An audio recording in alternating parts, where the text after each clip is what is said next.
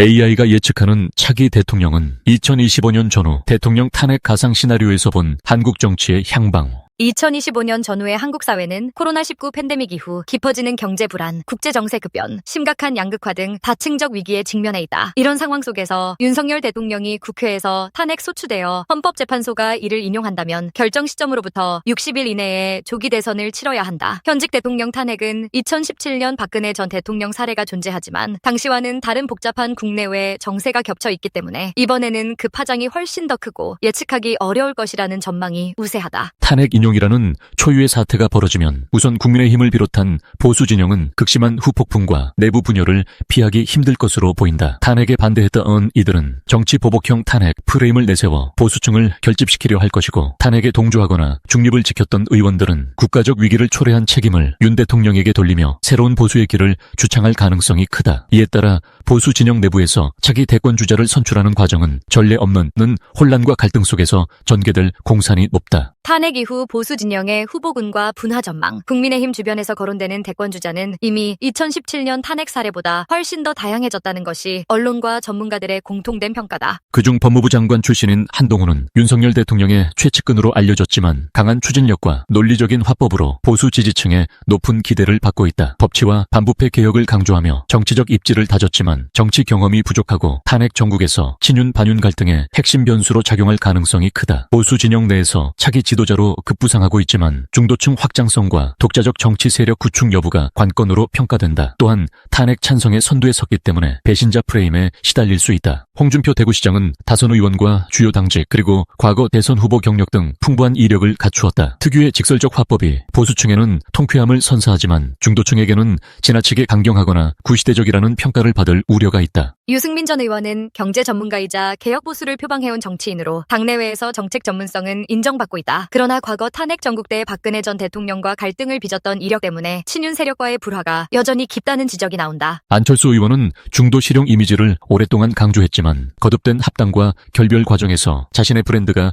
퇴색했다는 비판을 받는다. 원희룡 국토교통부 장관은 지방행정과 국무위원 경력을 통해 정책 집행 능력을 쌓았으나 당내 지지 기반이 아직 넓지 않다는 약점이 지적된다. 또한 서울시장으로 재선에 성공한 오세훈은 수도권과 중도층 공략 면에서 이점을 지니나 전국 단위 대선에서 강력한 지지세를 결집할 수 있을지는 현재로선 불투명하다고 본다. 이들의 이름들과 함께 한때 노동운동가 출신이었으며 경기도지사를 2차례 역임한 김문수 전 의원도 이색적인 보수 후보로 부상할 수 있다는 관측이 나온다. 김문수는 강경 보수 논리를 폈던 시기도 있지만 대중적 인지도 자체는 높음으로 탄핵 전국에서 나타날 보수 재편 상황에서 의외의 카드가 될 수 있다는 분석이다. 한때 파격적 소통으로 주목받았던 이준석 전 대표는 한창 주목을 받던 시기와 달리 당내 세력 다툼에서 밀려 소수당 세력으로 고립되었다는 평가가 있지만 젊은 층을 중심으로 꾸준한 지명도와 SNS 활용 능력을 보여주고 있어 여전히 무시하기 어렵다는 견해도 있다. 요컨대 보수 진영은 윤석열 대통령 탄핵에 대한 태도에 따라 친윤 반윤, 강경 개혁 보수 등 다층적 갈등이 촉발되고 이것이 대선 주자 구도와 맞물려 복잡한 권력 지형을 형성할 것으로 보인다. 탄핵에 충격을 받은 보수층이 역결집하여 강경 이미지를 지닌 홍준표와 한동훈 등에게 쏠릴 가능성도 거론되는 한편 탄핵을 계기로 보수 혁신을 외치는 유승민과 안철수 등이 주도권을 쥐려 할 수도 있다. 이러한 내부 갈등이 심화되면 결국 후보 단일화와 탈당 분열 등 예측 불가능한 경로를 밟을 가능성도 있다는 것이 여러 언론의 시각이다. 민주당과 야권, 더불어민주당 등 야권은 탄핵 정국이 본격화되면 정권 심판론에 따른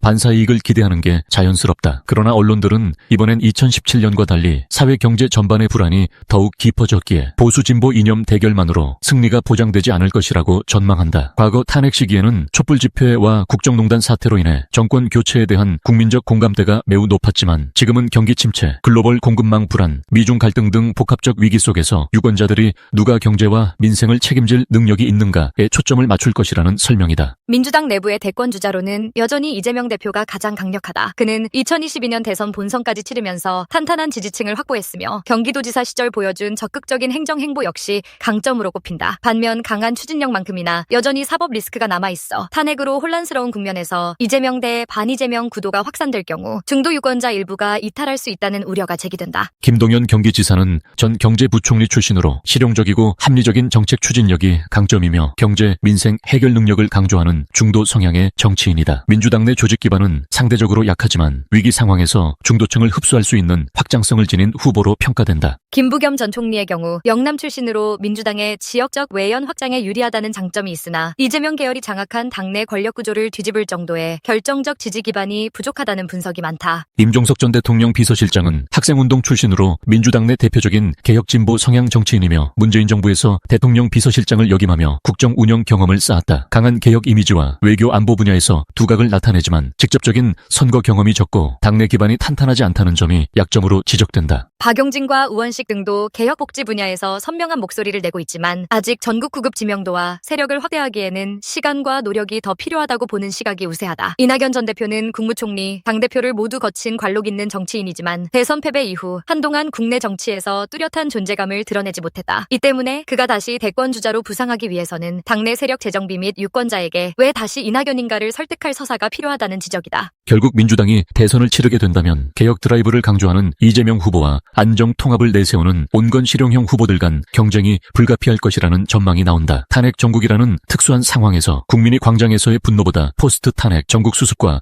경제 안정에 더욱 무게를 둔다면 오히려 온건형 리더가 부상할 가능성도 결코 낮지 않다고 언론들은 평가한다. 제3지대와 무당층의 변수, 조국 전 법무부 장관을 중심으로 한 조국신당이나 정의당 등 기존 제3지대 세력은 매 선거마다 독자적 존재감을 발휘하지 못하고 거대 양당의 표를 상당 부분 빼앗겨왔다. 그러나 두 번째 대통령 탄핵이 갖는 충격파로 인해 정치 전반에 대한 불신이 커지고 무당층이 크게 늘어날 경우 이들이 새로운 선택지를 찾는 과정에서 제3지대가 의외의 돌풍을 일으킬 수 있다는 전망도 소수지만 존재한다. 특히 2017년 이후 더욱 급속하게 확산된 SNS와 1인 미디어, 커뮤니티 기반의 정치 참여가 예측 불가능한 여론 변화를 촉진시킬 수 있다는 점을 언론들은 강조한다. 정치에 무관심했던 2030세대 일부가 기성 정치인들에 대한 환멸을 명시적으로 표출하고 특정 시점에서 제3후보에게 몰표를 주는 현상이 일어날 가능성을 완전히 배제할 수 없다는 것이다. 다만 여전히 한국의 선거제도와 정치 문화가 거대 양당 중심으로 굳어져 있기에 제3지대의 영향력이 극적으로 확대되기 위해서는 뚜렷한 리더십과 조직력, 그리고 양당을 넘어서는 감동적 서사가 필요하다는 분석이 지배적이다. 현실적으로는 기존 양당의 경선 또는 후보 단일화 전략에 가려져 제3지대가 본선에서 막판까지 기세를 이어가기 어려울 것이라는 반론도 많다. 유권자 심리, 이념보다 경제, 민생, 우선 언론 및 전문가들이 공통적으로 지적하는 핵심 포인트는 대통령 탄핵이 재차 이루어진다면 유권자들 다수는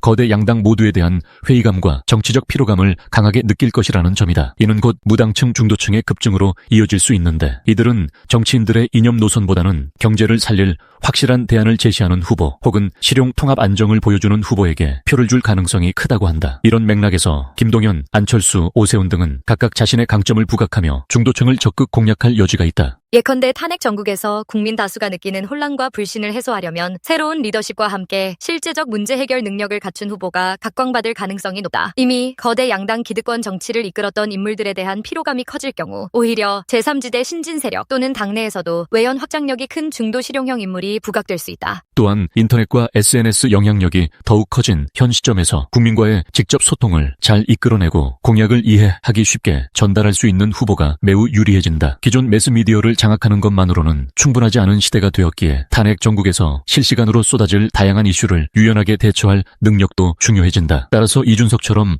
온라인 커뮤니티 활용과 젊은 층 소구에 강점이 있는 인물, 박용진처럼 미디어 친화력을 갖춘 후보들도 무시할 수 없다는 의견이 있다. 두 번째 탄핵의 의미와 차기 대선 구도 대통령 탄핵이라는 극단적인 선택은 그 자체로 헌정체제와 정치제도가 한계점에 달했음을 의미한다. 2017년 박근혜 전 대통령 탄핵은 촛불 집회의 엄청난 민심 분출과 함께 나라를 바꿔보자는 열망이 폭발한 결과였다. 하지만 그 뒤 10년이 차례되지 않은 시점에 다시금 대통령 탄핵이 현실화된다면 국민적 환멸감과 분노가 더욱 클 수밖에 없다는 것이 중론이다. 결국 이번 가상의 시나리오에서 치러질 조기 대선은 단순한 정권 교체 이상으로 한국 민주주의를 다시 세울 것인가 혹은 더 극심한 갈등 속으로 빠져들 것인가를 가르는 분수령이 될 수 있다. 보수 진영은 내부 분열을 극복해 다시금 통합된 지도체제를 구축해야 하고, 민주당을 비롯한 야권은 정권 심판이라는 이점을 살리면서도 경제, 민생 문제를 안정적으로 해결할 리더십을 증명해야 한다. 만약 양측이 모두 제 역할을 하지 못한다면 제3지대 후보나 새로운 정치 세력이 급부상할 여지가 완전히 배제되기는 어렵다. 향후 시나리오와 AI적 관점, AI 시뮬레이션 관점에서 볼 때 탄핵 인용 직후 보수층이 급속히 역결집할지 또는 민주당의 지지세가 폭발적으로 커질지는 여러 변수가 맞물려 예단하기 어렵다. 지난 2017년에도 탄핵 직후 초반에는 문재인 후보가 압도적 지지를 받았지만 중도 보수를 표방한 안철수, 유승민 후보가 잠시나마 상승세를 탄 적이 있었다. 이번에는 세계 경제 침체, 지정학적 불안정, 사회적 갈등 심화라는 삼중고가 겹쳐 유권자의 마음이 더욱 빠르게 또 극단적으로 흔들릴 수 있다는 분석이 나온다. 특히 누가 민생을 살릴 해결책을 제시하고 탄핵으로 인한 혼란을 최소화하며 사회를 안정적으로 이끌 수 있는가에 대한 평가가 표심의 열쇠가 될 가능성이 높다. 인물 차원에서는 보수 진영의 한동훈, 홍준표, 유승민, 오세훈 등과 민주당의 이재명, 김동연, 이낙연 등이 분계일학식으로 주목받을 것으로 예상되지만, 예측 불가능한 돌발 이슈나 스캔들, 신흥주자의 급부상도 전혀 배제할 수 없다. 결국 차기 대선에서 승리하기 위해서는 두 번째 탄핵이라는 극단적 상황이 남긴 상처를 어떻게 치유하고 경제 민생 위기에 대한 실효성 있는 공약을 어떻게 제시할지가 핵심 관건이다. 정치 보복 프레임을 내세우는 보수 강경파가 반발심을 단단히 결집시킬 수도 있으며, 이대로는 안 된다는 인식이 확산되면 기존 정치권 전체에 대한 불신이 폭발할 수도 있다. AI가 예측하는 시뮬레이션도 어느 한쪽의 압도적 승리를 장담하기보다는 끊임없이 변동하는 여론 지형과 이에 대응하는 후보들의 전략에 따라 결과가 크게 달라질 것으로 시사한다. 요컨대 이 가상 시나리오는 아직 일어나지 않은 일이며, 헌법재판소가 실제로 대통령 탄핵을 인용하는 상황은 한국 정치사에서 매우 이례적이다. 그럼에도 불구하고 박근혜 전 대통령 탄핵 사례가 실제로 있었고, 한국 사회가 이미 심각한 진영 대립과 복합적 위기 상태에 놓여 있다는 점을 감안하면 완전히 배제하기 어려운 시나리오라는 것이 여러 언론과 전문가들의 판단이다. 대통령 탄핵이란 사태가 초래할 충격은 과거 이상의 진폭과 속도로 정치 지형을 뒤흔들 수 있다. 결론적으로 만약 윤석열 대통령이 탄핵되면 보수 진영은 한동훈, 유승민, 홍준표, 오세훈, 안철수, 이준석, 원희룡, 김문수 등이 난립하며 누가 새로운 리더십의 중심이 될 것인가를 놓고 치열한 경쟁과 분열을 거칠 공산이 크다. 민주당을 비롯한 야권은 탄핵 정국이라는 호재를 얻고도 당내 경선 과정에서 이재명 대 김동연, 이낙연 등 개혁 vs 안정 통합 노선이 부딪히며 막판까지 결과를 장담하기 어려울 것으로 보인다. 제3지대가 무당층과 중도층을 흡수해 깜짝 돌풍을 일으킬지도 미지수다. 끝으로 2017년 탄핵 사태 이후 한국 정치가 한 차례 급변했듯이 이번 가상 시나리오도 그 여진이 몇 년간 이어질 가능성이 매우 높다. 탄핵이 현실화된다는 가정 아래서 치러지는 대선은 국민 불신과 분노를 어떻게 수용하고 경제, 민생 회복이라는 과제를 해결할지를 두 축으로 삼게 될 것이다. 따라서 후보자들은 이념 대결보다는 실질적 대안 제시에 주력할 것이고, 그 과정에서 누가 더욱 진정성 있고 설득력 있는 메시지를 내놓느냐가 승부를 가를 결정적 요인이 될 것으로 예측된다. 이 비디오가 유용했다면 좋아요와 구독 버튼을 눌러주세요. 행복한 삶을 위한